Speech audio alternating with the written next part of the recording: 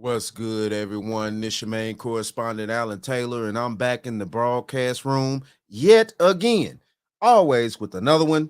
And yes, indeed, it is another one.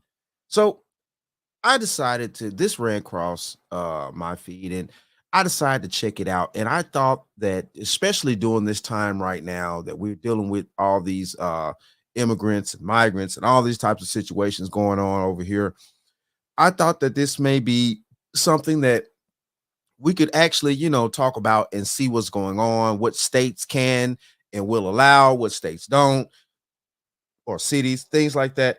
I thought this was very interesting to a degree. I checked it out just a tiny bit, not a lot. So we're going to check this out together. Let's go here now. Uh, Quarters, nickels, and dimes, people. From states busing immigrants to other parts of the United States to others penalizing businesses that hire immigrants, some states really don't want immigrants residing there. While a number of states across the United States are embracing inclusivity and establishing themselves as sanctuary states to protect immigrants and provide safe havens for those seeking refuge. Now, hold on. I want to check this out real quick before we get too deep. Hold on. Here we go. Let's see. Of course, Illinois, New York. What's that?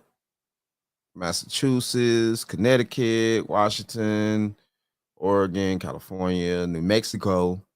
Okay. You know what I'm saying? I think that's Vermont up there in the corner. All right. Themselves as sanctuary states to protect immigrants and provide safe havens for those seeking refuge, there are still a handful of states that seem to have the opposite approach to immigrants seeking refuge.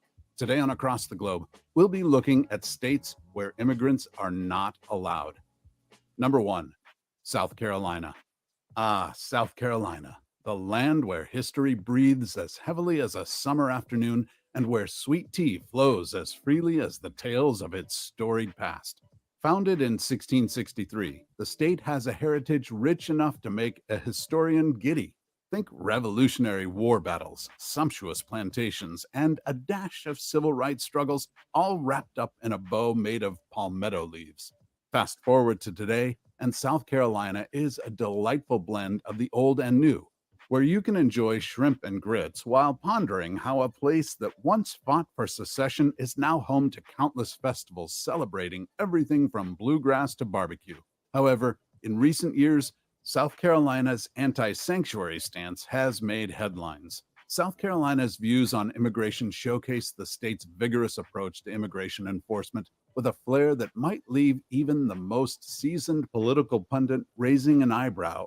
Would you be interested in collecting five? No. Okay. I don't see why they're coming after South Carolina like that. That's ridiculous. Cracking a smile. According to American Immigration Council, 5% of South Carolina residents are immigrants, and roughly 5% of residents are native born U.S. citizens with at least one immigrant parent. While South Carolina hasn't banned immigration, the state has taken steps to make it much more difficult for those seeking to come into the state illegally. In 2011, South Carolina's anti immigrant law, SB 20, was passed. The law had several provisions, including criminalizing everyday interactions with undocumented people, prohibiting people who were unlawfully present in the United States from attending public higher education, and granting police the power to demand papers from drivers during traffic stops if they had reasonable suspicion that the driver was not legally present. However, Now, I guarantee you, hold on, I guarantee you that would be looked at as harassment. If the wrong people get into office, that will be looked at as harassment. But I can clearly see the state is trying to protect itself and things like that. I get it, and we can't allow things like that, undocumented people, things like that. And I understand the other side of the coin. Well, maybe they're just coming over here trying to live a better life, things like, I get it, but you have to do things the proper way. That's the reason why we have rules and laws and things in place in order for everybody to, live successfully and try to build the way that we could build. But we have to go by set rules and things that are in place. This works for everybody. That's the reason why we put things like that in place. reasonable suspicion that the driver was not legally present. However, in 2013, a civil rights coalition challenged the law, reaching a settlement with the state that permanently blocked key provisions. Number two, A civil rights. How do illegal immigrants have civil rights in our country? What is What that? the French toast is there to think about?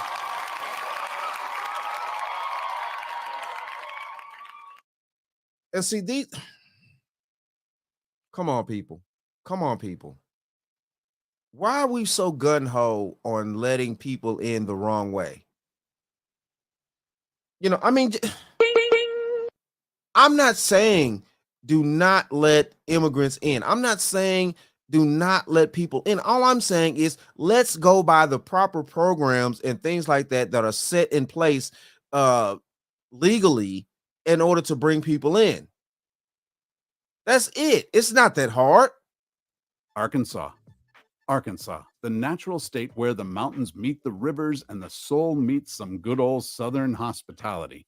Founded in 1836, this dazzling land of Ozarks and chicken fried everything has had quite the history, from being a stopping point on the Trail of Tears to showcasing sparkling gems like the crystal clear waters of Hot Springs. Jump to recent times, and Arkansas has made headlines not just for its beautiful landscapes and Bill Clinton, but also as a state garnering a reputation for being a bit less than friendly toward immigrants. In 2019, Governor Asa Hutchinson took a bold stand, eager to sign legislation cutting off funding to sanctuary cities, declaring he would promote a cooperative spirit with federal immigration authorities. This move certainly stirred the pot, leading to grumbling among Republicans who feared the measure might roll out the welcome mat for a side of racial profiling. In 2023, there were approximately 162,000 immigrants in Arkansas, which is about 5.3% of the state's population. However, compared to the estimation of over 3 million immigrants residing in Los Angeles, Arkansas may have successfully deterred many illegal immigrants with its stringent approach to immigration. In August 2024, Arkansas was one of 16 states that filed a suit in federal court to block the Biden administration's program that protects long-term undocumented people. Number three, the Biden administration's program. Okay, listen, look.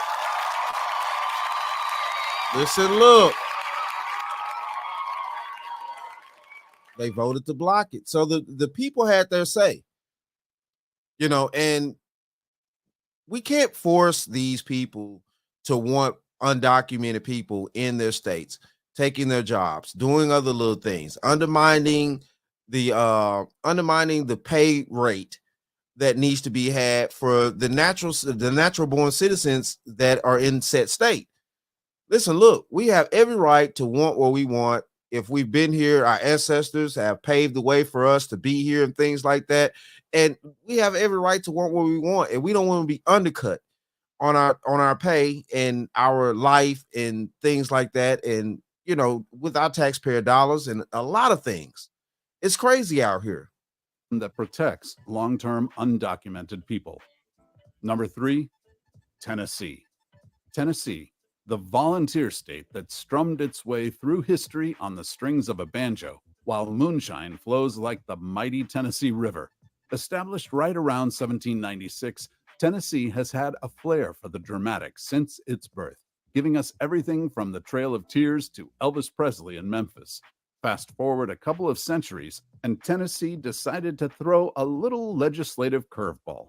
In July 2024, the state came out swinging with SB 2576, a law that requires rather than authorizes local law enforcement to check in on folks' immigration status. Not quite the warm welcome most newcomers are hoping for when they arrive in the land of Dolly Parton and the Great Smoky Mountains. Despite this law, problems with illegal immigration still persist. According to UCB Journal, the average cost to Tennesseans is $4,456 per illegal alien in the state. They noted that taxpayers are supporting education to the tune of $571 million, police, legal, and corrections totaling $175.6 million, along with healthcare, public assistance and general government services expenses. They added that in 2023, the total taxpayer cost for the illegal immigration issue was $364 per household and $971.3 million in total. Damn, that's a lot. Woo, $971.3 million total. Jesus, man. All these, and this is where we're getting all these billions of dollars being spent. But here we go, right here. Tennessee is, of course, here we go. You can't go there. Number 4, Idaho. Idaho, the land of potatoes and breathtaking landscapes, has quite the history, though most people outside the state might only know it for its spudtastic reputation. Established as a territory in 1863 during the gold rush frenzy, Idaho has a knack for attracting people hoping to strike it rich, from miners to people simply seeking a quiet life. Proceed to March 2024, when the Idaho House of Representatives decided to stir the pot by passing a bill in a 53-15 vote that effectively gives local law enforcement the green light to detain undocumented immigrants. It appears the Gem State has its own way of making sure folks know who truly belongs in the state. And let's just say it's not by serving up mashed potatoes and a side of hospitality. In July 2024, the city of Eagle, Idaho, kept this anti-sanctuary image propelling into the media when the city council declared Eagle a non-sanctuary city, banning the use of taxpayer funds for services to immigrants. Number 5, Alabama. Alabama, the heart of Dixie, has quite the history that could fill a novel, or at least a lively evening around a campfire. Since its statehood in 1819, Alabama has been a backdrop for everything from the Montgomery bus boycott to some legendary college football rivalries that could rival any Shakespearean drama. With its beautiful landscape and rich cultural heritage, you might expect a laid-back vibe, but Alabama definitely knows how to keep things interesting on the legislative front. In a bold move that left sanctuary cities feeling less than welcome, Alabama decided to ban them outright, rolling out a bill that restricts counties and municipalities from adopting any sanctuary policies. While this bill has caused controversy and some concerns, it seems their stringent approach is working. According to Alabama Reflector, Alabama has far lower rates of immigration than the country as a whole. They stated that, according to the U.S. Census Bureau, only 3.8% of Alabama's population is foreign-born, compared to 14% for the United States. Number 6, Florida. Okay, I'm gonna speak on Alabama a little bit. If you are watching this video, there's a on my page, my main video on there. I think it's Singalonga, something like that, Alabama. But it's in Alabama, and they're having issues with migrants out there and things like that, well, immigrants and stuff like that. If you go on my page and look, I did a broadcast on it. It's in Alabama and stuff. Yeah, it's crazy what they were going through and stuff like that. Let's keep going. Florida. Florida, the sunshine state where the oranges are juicy, the beaches are sandy, and the local news sometimes seems like a reality show. Historically, this vibrant state has danced through time, from its colorful Native American heritage to its status as a Spanish colony before finally becoming a U.S. state in 1845. Fast forward to recent years, and Florida has proudly donned a new hat as an anti-sanctuary state, passing a slew of immigration laws. On July 1, 2024, Florida's stringent immigration law, also known as SB 1718, was signed by Republican Governor Ron DeSantis. The law imposed restrictions and penalties meant to deter the employment of undocumented workers in the state, making it a felony to knowingly and willfully transport an undocumented immigrant into Florida. Damn, made it a felony. Wow. However, in May 2024, this law was blocked by a Florida judge, according to the New York Times. However, Florida has more tricks up its sleeve.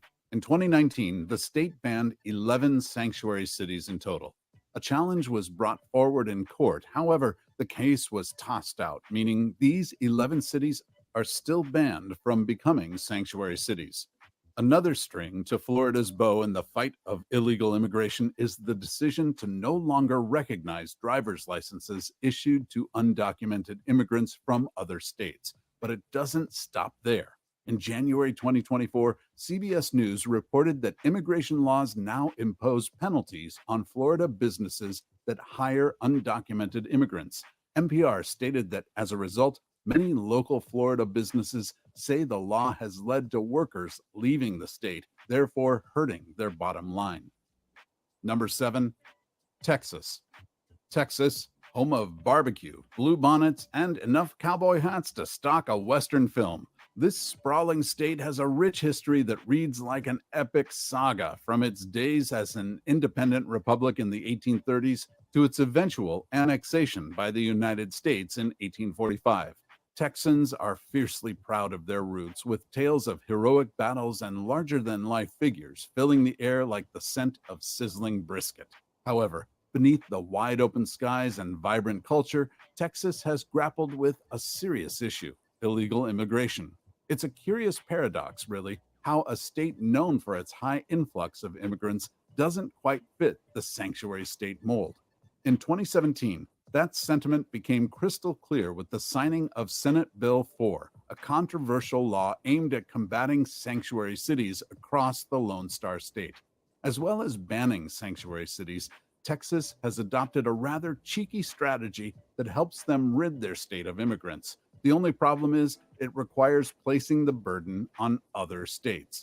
As reported by The Guardian, Texas Governor Greg Abbott began busing asylum seekers to cities in other states in 2022, in a move many saw as politically motivated. By January 2024, Now, I definitely want to speak on that, because at the end of the day, this was also during the situation to where Governor Abbott, Governor Wheelchair, as Anton Daniels like to call him out here, seriously. But yeah, he was dealing with the situation, and he was trying to keep everything going on the border and not allow these individuals in, and they actually sued Governor Abbott. The government sued Governor Abbott to not do that. And he was like, okay, well, fine, fuck it. If y'all gonna do this, then yeah, I'm gonna start busing these people to these sanctuary cities. Y'all gonna have them. So what the French toast is there to think about? I mean, he wasn't gonna keep them there. It's not a sanctuary place in Texas, so yeah, he said he gonna bust them people up there. There you go, right there. It's not that hard. Abbott claimed he had sent 100,000 people to various Democratic-run cities, including 37,100 people to New York City and 30,800 to Chicago. Right. Number 8, West Virginia. West Virginia, the mountain state where the air is crisp, the hills are alive with the sound of bluegrass, and you might just find a hidden gem of a hiking trail around every corner. With a history steeped in coal mining, the state is known for its breathtaking landscape and warm-hearted folks who could charm even the most modern-day hermit out of their cave. But don't let the picturesque scenery fool you. West Virginia has a serious side too. In 2022, the state took a definitive stance on immigration by passing a bill that allows enforcement of immigration laws and puts the kibosh on sanctuary cities. This means that when a city, town, municipality, or county discovers undocumented immigrants in their neck of the woods, they're now obligated to give a shout out to the U.S. Immigration and Customs Enforcement. What's more, in January 2024, WBOY reported that West Virginia is potentially gearing up to join Texas in the controversial strategy of sending migrants who've been processed and released into the country by the United States government to sanctuary cities across the U.S. Number 9, Iowa. Iowa, the land of rolling cornfields, friendly folks, and the seemingly never-ending quest for the perfect ear of sweet corn. Historically, Iowa has been a bellwether state, particularly famous for its role in presidential primaries and its agricultural backbone. But just as you can't judge a corn cob by its husk, Iowa's political landscape is more layered than it might initially appear. In recent years, Iowa joined the ranks of states banning sanctuary cities, raising quite the ruckus among its residents. Supporters of this measure often tout it as a way to protect home turf, arguing that enforcing immigration laws ensures safety and order in their communities. In January 2024, PBS reported that Iowa caucuses see immigration as more important than the economy, and the vast majority, about 3/4, say immigrants are a negative for the country. And the thing of that is because it seems to be more important and things like that is because the fact that you bring these people in undocumented and stuff, and you don't know which way they are, you don't know their backgrounds, things like that. You don't know who these people are, and then they also undercut the workforce because they will work for lesser money and things like that. Because at the end of the day, let's just keep this honest here, okay? When these individuals come over here and they're, have a living quarters and stuff like that, they live deep off in those living quarters. So you would have probably, let's just take this.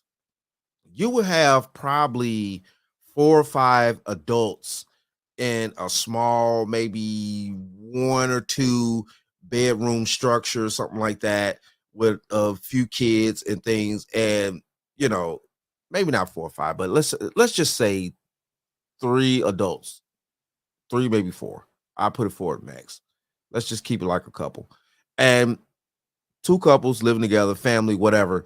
And the men going out there working, stuff like that. The women are working, and they're taking less in the marketplace as far as jobs.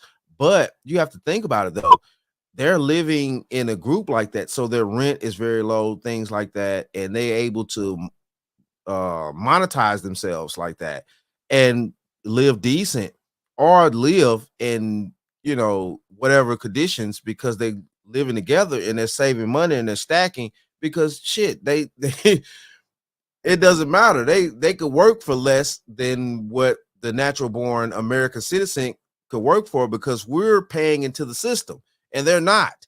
So they're keeping all the money, especially getting paid under the table. They're keeping all the money. They're not paying into the tax system, and they don't have any real obligation to the system like we as natural born Americans do. They don't have the voting rights. They don't have they're pretty much, a ghost in the situation, but they're still getting the profits.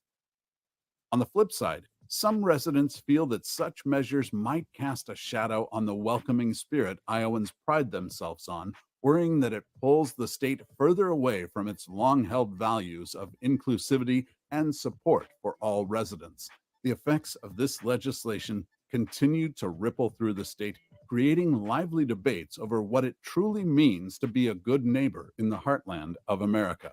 Yet the state is still attempting to implement more measures to fight immigration. In September 2024, attorneys for Iowa asked a federal appellate court to reinstate a law that would allow state judges to order people in the United States illegally be deported to their country of origin, as reported by the Des Moines Register.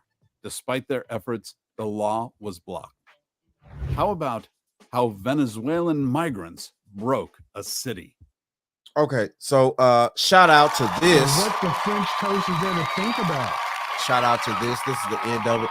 Yes. Wow. So yes, we have the states that do not allow illegal immigrants inside their borders or cities and things like that. This is very I thought it was pretty decent. Get down in the comments and let me know what you guys think about these particular states. And if you're in any states that haven't been named in this segment, in this broadcast right now, please get down in the comments also and let me know what your state is about. What your state allow illegal immigration or things like that, and if they have laws against them and things. So yeah, it was a few states on here that wasn't named as well, but in the first beginning of it, we saw clearly the sanctuary states. So yeah, it's a few states on here that they didn't name as well. But yeah, man, this is wild right here. I think this is something that, I'm glad I presented this to you guys here in the broadcast room. Hopefully we all got educated about the states that will not tolerate it and things like that. And hopefully there are more states, and you get down in the comments and let me know that what your state stands on. So yeah, good out here, guys. Yeah, get down in the comments, let me know something. And yes, it is what it is, man. Shout out to all my subscribers. Mad love to y'all. If you're new to the channel, please hit that like, share, subscribe button. Make sure you ring that bell to be notified whenever I decide to post things. And like I always say, and that, my friends, is the bottom line. That, my friends, is the bottom line.